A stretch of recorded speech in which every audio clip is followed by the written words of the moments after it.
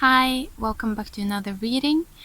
So this reading actually started at the new moon in Leo, but I couldn't get to the camera because I was so overwhelmed by the energies myself. My moon is in Leo.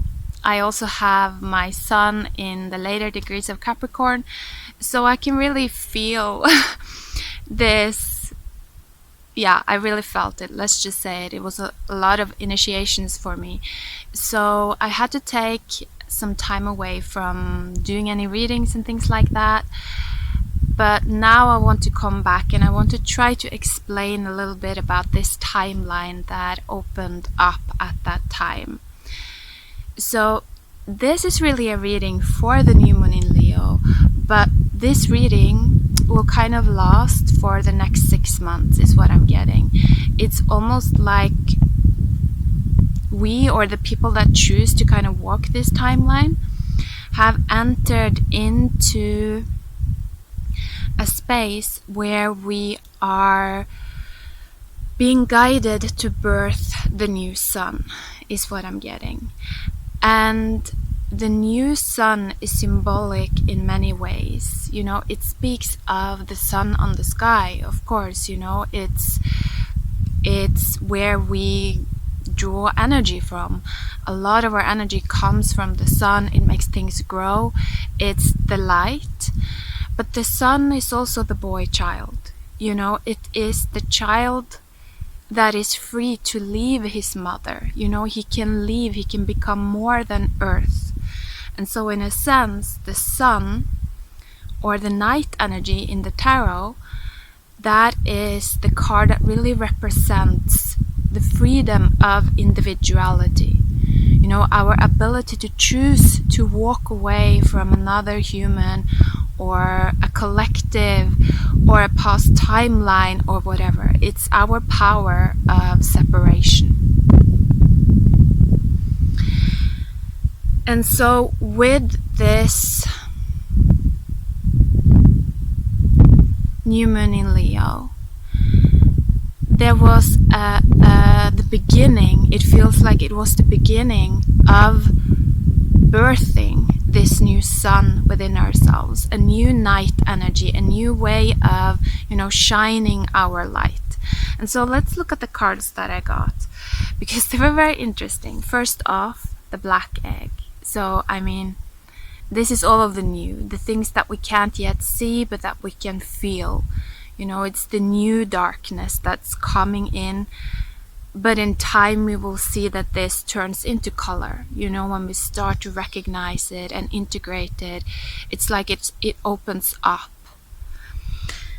And then we had the dragonfly.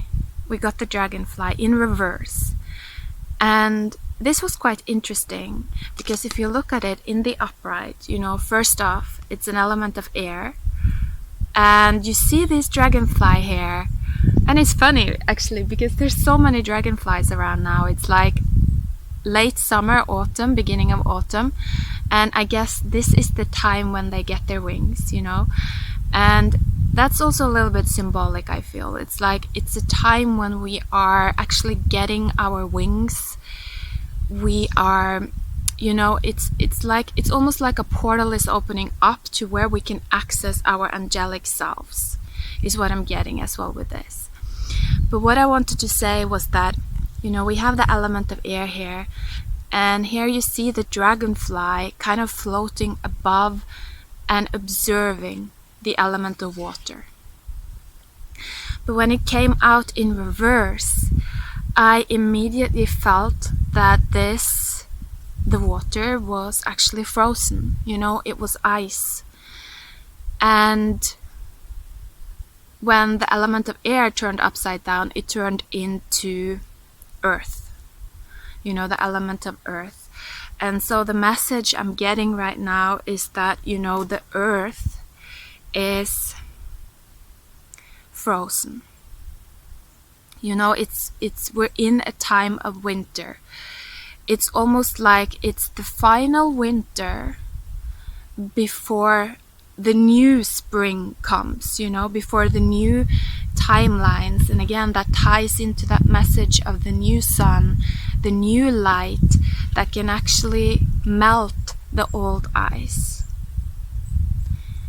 Ice is interesting because if you think about it, ice is, it's really tied to the time that water was frozen. It still contains that consciousness that came from the time when the water was frozen. And so when something is frozen, it is, it's rigid, it's almost like it's stuck in one form.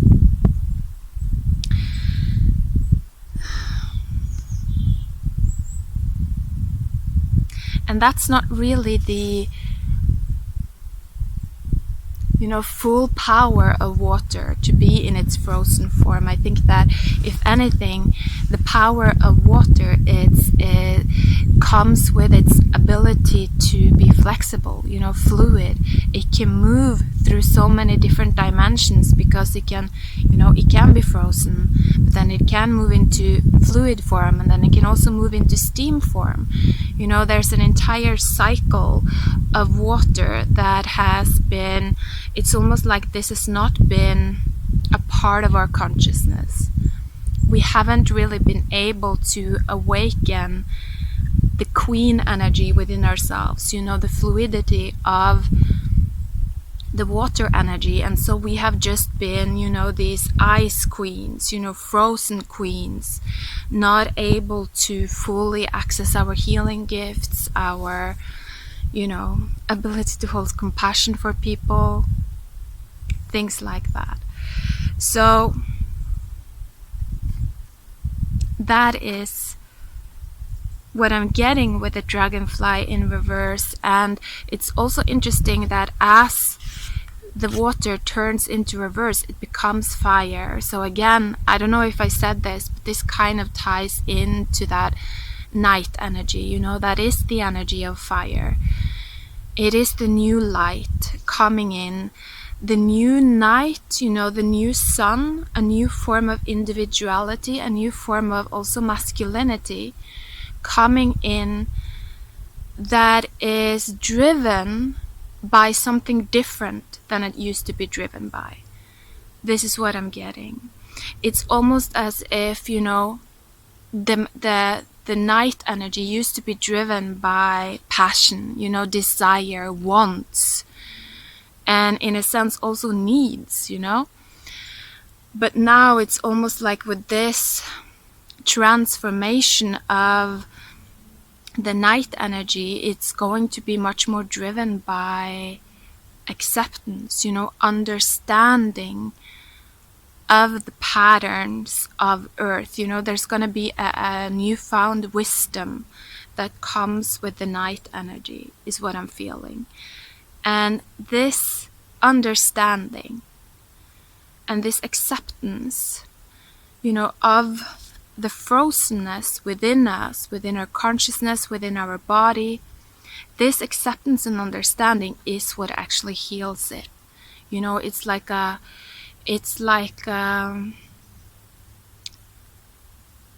not like a huge fire like the desire or passion, it's like really like frenzied almost, but it's a much more like slow burning fire. It's not super hot, but it's just warm.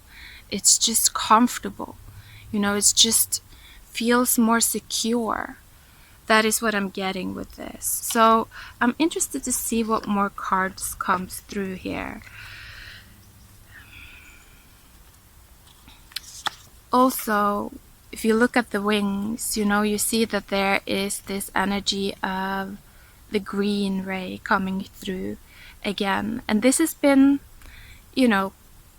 on my personal journey, this has been something that I've been working a lot with over the past 6 months, awakening the heart, awakening the green ray, and really learning how to observe and accept everything within me. And I'm gonna say that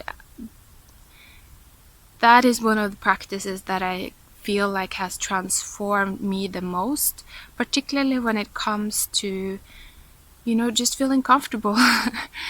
not being so stressed and fearful all of the time. Interesting. We got the Mother of Swords. And underneath the deck was the Three of Cups. This is like the old sun is setting.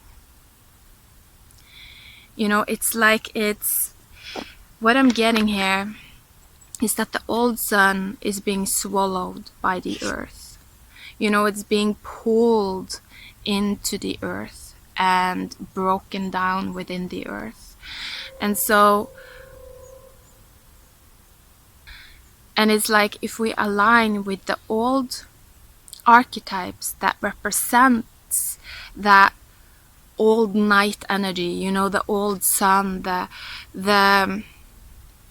passion, the drive, the righteousness, you know, that I'm gonna go out and I'm gonna spread my truth and everyone is gonna listen because it's the truth, you know, taking on this grandiosity of being and wanting to convince everyone that what you think is the truth. You know, it's a very patriarchal way of embodying the night energy. And it's almost like this energy of just like, there is only one truth and that truth is mine and everyone else is wrong. That very kind of like narrow-mindedness, it's being recycled. It's what it feels like. It's being more and more difficult to remain in that energy because there is this awareness.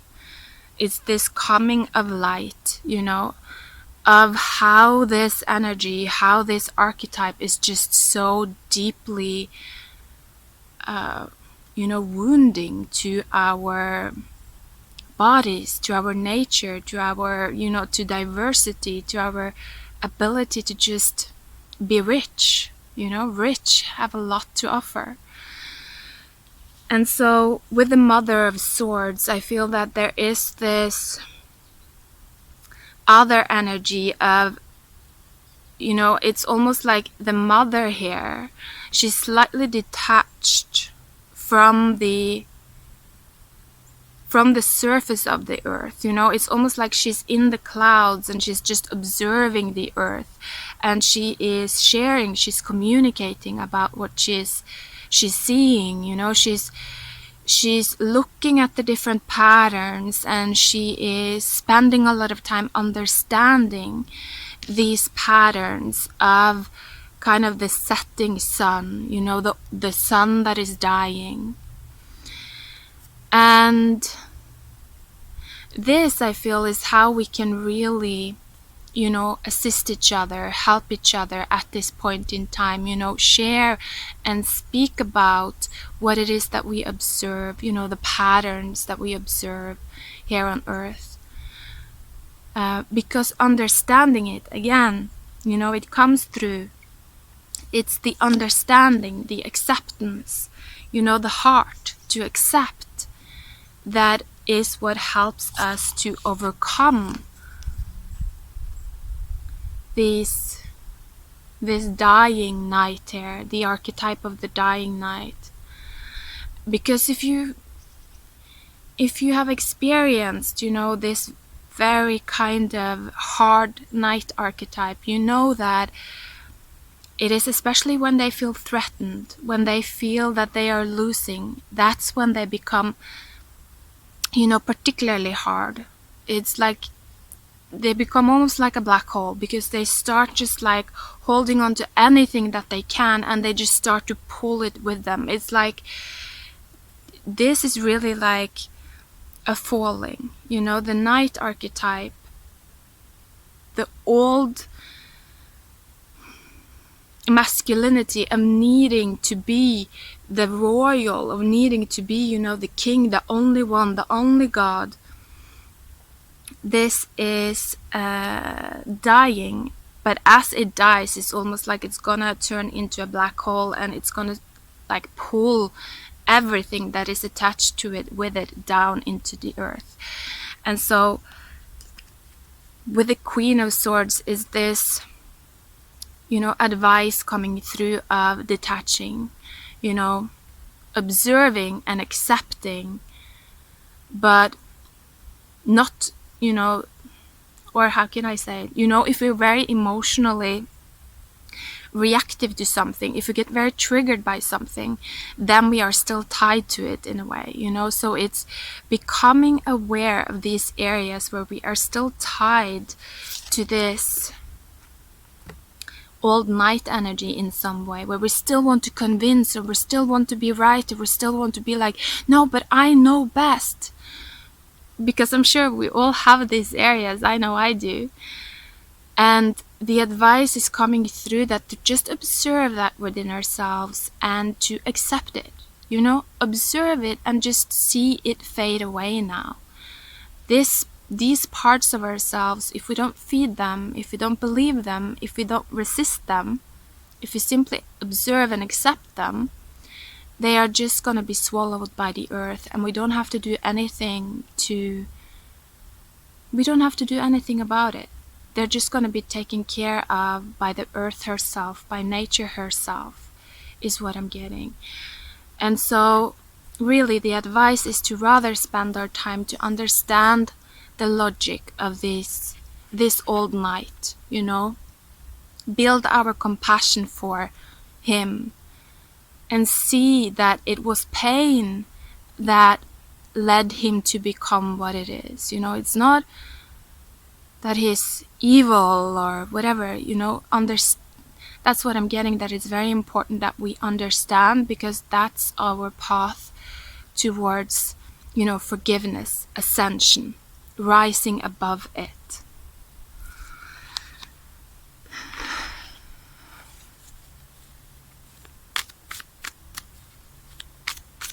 Anything else for the collective, please?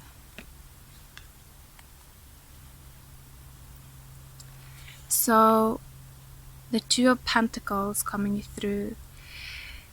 I always feel like this is, or that's not true. Sometimes I feel like it should be like this, you know, this being the root chakra, this being the heart chakra. And it's like when we're doing a lot of this work of observing, I'm gonna have the dragonfly here as well.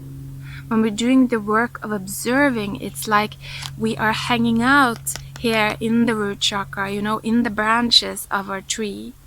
And why did I say it the wrong way? We're hanging out here in the heart chakra, in the branches of our tree, and we're looking down at our root. You know, we're looking down at the parts of ourselves that are, in a sense, trapped in darkness. You know, the root, it can't really move out of darkness. Its nature is to be dark. And so when we're in our heart, we're looking at those parts of ourselves and our nature, and we are learning to understand them through compassion. You know, we're learning to feel them. And when we feel them, we understand the energy that they find themselves in, and that's when we can understand why it's difficult for them.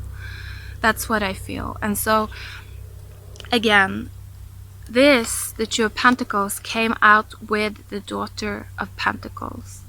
And so I feel like this is really helping us to build this extreme gentleness within us. Again, it's the birth of the new sun, you know, a new night energy, a new type of individuality and masculinity that is driven by understanding. It's driven by acceptance and understanding and compassion. And that creates something extremely healing. Everyone has a little child within them. I don't know if you've ever experienced, if you are really kind of like heartbroken for some reason and you're trying to hold it together, and you've gone through the entire day and you just managed to hold it together, and you're just like, you know, you become kind of hard in your body, and then you just meet someone that just, you know, understands you. You know, they just like, they see you, they see right through, and they see that you're in pain, and they really understand you. And that's when we completely open up, you know, that's when we start crying. That's when the ice start melting. And we let go of the pain of the past. We can let it leave our body. We can let it leave the earth. Because, you know, someone can hold that light for us. So it's just very kind of like emotional energy coming through here. Because it's bigger than me at this point in time. That kind of energy, that deep understanding is bigger than me. And so when I feel it's almost like I have to cry to be able to grow, you know. I have to cry to be able to release the things that keep me frozen into an old form. It's still in my body, kind of. That's what it feels like.